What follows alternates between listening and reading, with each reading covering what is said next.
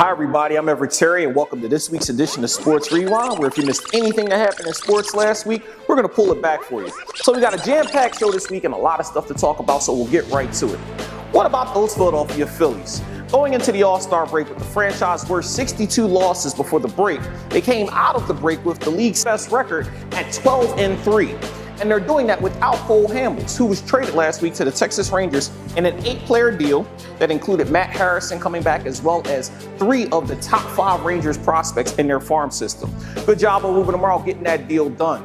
Now, speaking of trades, what is going on with the Philadelphia Eagles? Brandon Boykin, now the newest player to be shipped off, as he was sent to the Pittsburgh Steelers for a 5th-round pick. Now, I don't hate the move. And the reason I don't is because Brandon Boykin was in the last year of his deal and he wanted to be a starter. But after coming off of a subpar season and expecting big-time money, Chip wanted to move him while he could still get value. The question is a conditional 5th-round pick value for a guy that was rated as one of the top nickel corners in football?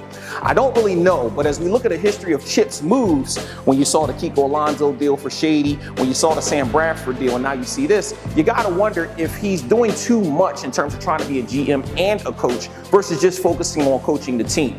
And if these guys are gonna come together and play well, it's gonna have to happen quickly. Speaking of which, OTAs kicked off this weekend and the Eagles are looking good. So far, so good. Tempers flaring, a lot of energy, but people don't really know what's happening as the views have been restricted versus Lehigh under the Reed regime, now to Chip, who has it at the NovaCare complex. Oh, and before we get out of here, I have a technical fool to give out this week. This week's technical fool award is going to go to, you guessed it, Beth Correa. Beth Correa is the fighter who challenged Ronda Rousey for her title over the weekend. And before the fight, was slated as pissing off Ronda Rousey because of the fact that she made some derogatory comments towards Ronda Rousey in regards to one of her relatives committing suicide. Miss Correa, when you go and pick a fight, you poke the bear, you better be ready for that bear to bite back.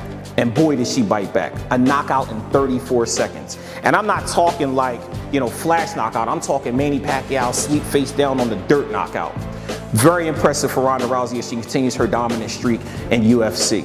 That's all the time we have for this week. Thank you so much for watching Sports Rewind. Check us out every single Tuesday for the best in Philly's local sports content. I'm your host, Everett Terry. Thank you for checking out mynewphilly.com, where something's always new and everything is always Philly.